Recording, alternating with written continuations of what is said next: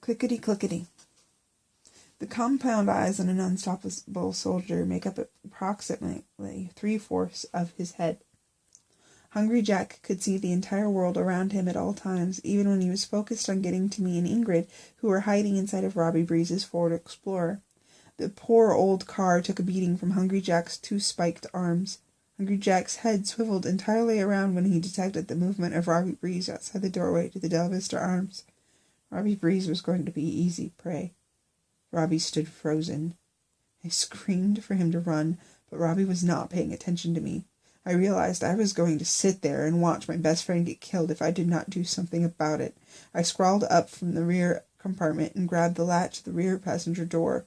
I was not even thinking at that moment about how Robbie and I were going to die together. All I knew was I had to do something for the person I loved. I opened the door and screamed at Robbie again. Hungry Jack sprang down from the hood of the Explorer and landed squarely on his 4 rear feet. Hungry Jack was so close to Robbie Breeze, that his folded and spiked arms were practically touching Robbie's shoulder. Hungry Jack backed away from Robbie. The monster bedded up into the fender of Robbie's Explorer without ever looking toward me or Ingrid again. Hungry Jack ran, clickety-clickety, down the street, disappeared into the night. Unstoppable soldiers could run at the speeds exceeding 40 miles per hour. Hungry Jack was afraid of Robbie Breeze. I had seen it before.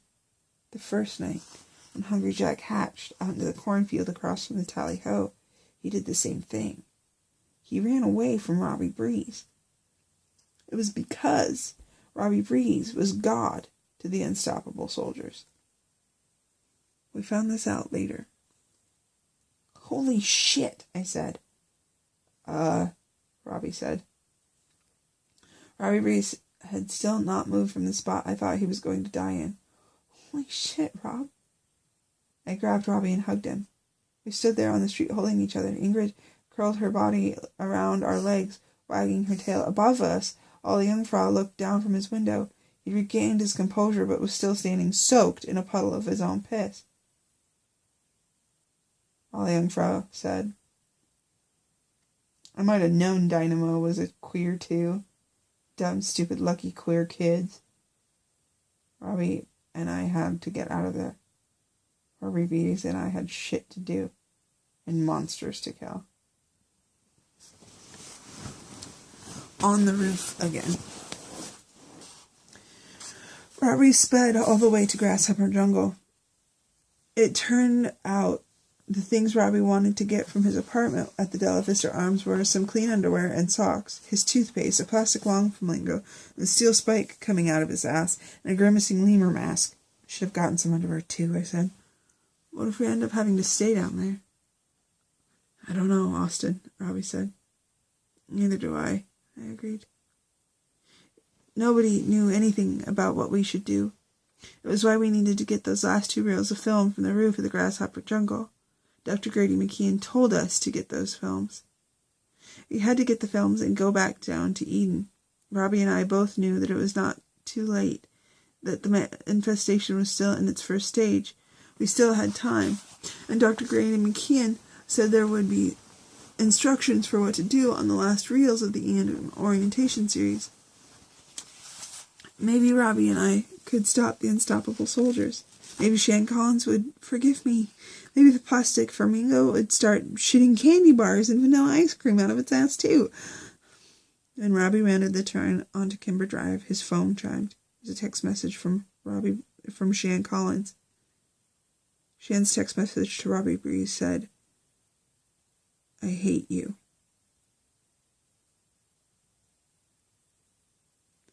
Robbie glanced at the message on the screen of his phone. I watched him. He did not show any reaction at all. Robbie knew it wasn't a joke message, though. Then he handed his phone over to me, so I could see what Shan had written, too.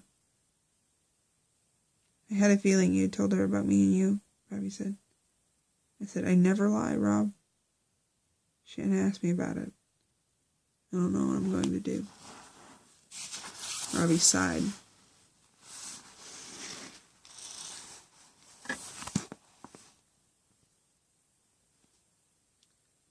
I answered Shan's text message using Robbie's phone. Shan, it's me, Austin. Please do not make this about Robbie. I love you both too much. Can we talk? Shan's answer came to my phone. You are disgusting. I hate you both. Robbie pulled the Explorer into the alley at Grasshopper Jungle. If we had gone around the front of the mall, we might have seen the mess Travis Pope had made at the Pancake House. Robbie and I had no idea what had been going on at Grasshopper Jungle. He eased the Ford Explorer to the back of the mall and parked beneath the metal ladder that came down from the roof from attic to cellar consignment store. Robbie and I left Ingrid inside the car and climbed up onto the roof racks of the Explorer. From there, it was an easy reach to the bottom of the ladder. That creature thing, Robbie said. That creature thing really messed the shit out of my car. Sorry, Rob. We might as well call them what they are. Unstoppable soldiers. Created from the sicko brains at McKean Industries who thought it was a good idea to mix bug sperm and blood with anything that happened to show up in their petri dish. Who would think it wasn't a good idea to mix bug sperm and blood and shit? Robbie said. I said. Robbie said, I wonder what a can of bug spray would do to them. I said, I think Eden 133 and Eden 5 better get their butts onto the roof and find the rest of that movie. I do hate stopping a film in the middle, Eden 133 said. Just when it was getting good. Actually, we stopped the film just when my grandfather, Felix Anzer Serba, became McKean Industries' first unstoppable soldier. We climbed up onto the roof of the Ealing Mall. Johnny McKean was hiding inside, just waiting for somebody to respond to his emergency alarm. Johnny McKean was also going through the stock of handguns he had on display in the glass case from attic to cellar consignment store. Johnny McKean had a lot of guns for sale. Robbie and I had no way of knowing Johnny McKean was directly below our feet. Smoke? I said. Fags, Robbie agreed. I guess so, I said. We lit up. The steel foam canisters were right where we had left them. I bent down and picked up both canisters. What we hadn't noticed the first time we were up on the roof became strikingly obvious now. The film cans were wrapped with tape, marked with a flake back pen. 4 of 5, and 5 of 5. Robbie said, Can I ask you something, Austin? I said, sure. Was it hard for you to tell Shan the truth? Robbie asked. I shook my head no, I said. It was the truth. Oh, Robbie said. And you really don't know what you're going to do? I took a drag and exhaled. No, I said. I think I should leave you both alone before I ruin everyone's life. You wouldn't ruin my life, Robbie said. I don't want to hurt you or Shan, Rob, I said. I was ruining Robbie and Shan's lives, even if Robbie told me I wasn't. I was disgusted with myself. We threw our cigarettes butt down and stepped them out on the grit of the roof. The police siren wailed. I could see the pulse of red lights coming closer through the night toward Kimber Drive. Do you think somebody saw us coming up on the ladder, Robbie said. I don't know, I answered. We should get out of here before we get arrested, or shit like that. Danny Drayton has a gun, motherfucker. I don't know about this.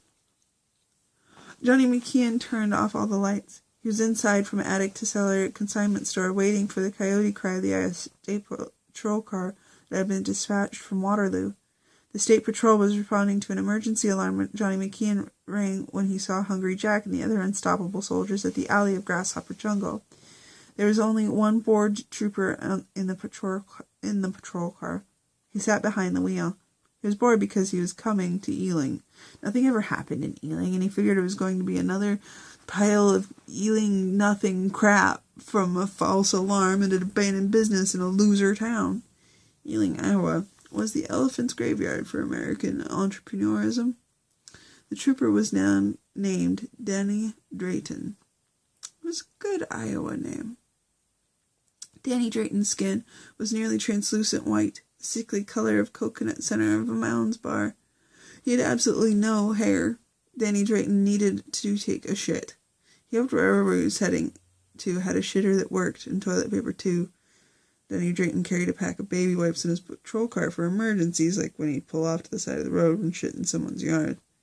The baby wipes in Danny Drayton's patrol car were made in a place called Eden Prairie, Minnesota.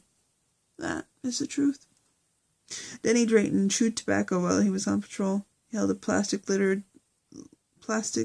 Diet Coke bottle between his thighs as he drove. The Diet Coke bottle was 3/4 full of hot tobacco spit.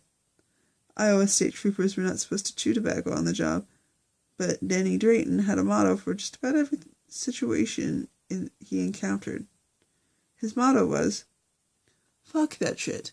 I have a gun, motherfucker." Danny Drayton's motto was tattooed in the arc of old English lettering that made a semicircle rising sun over his white, hairless belly button. "Fuck that shit. I have a gun, motherfucker." Danny Drayton shaved his entire body every morning. He shaved all his hair off, even his eyebrows and pubic hair. Trooper Dayton also had a tattoo for the flag of the Confederate States of America. Stars and bars flag was tattooed directly on the front of Danny Drayton's hairless scrotum. Danny Drayton was most likely insane. Danny liked to show off his hairless body and tattoos of his motto and the Confederate flag in a shower room at the police station in Waterloo. Danny Drayton told his police officer friends that he got his tattoo of his motto for reading material, just in case he ever hooked up with a bitch who was smart enough to read and give a blowjob at the same time. Danny Drayton had one joke, and that was it. It wasn't a particularly good joke, and everyone knew it, but Danny Drayton had a gun, motherfucker.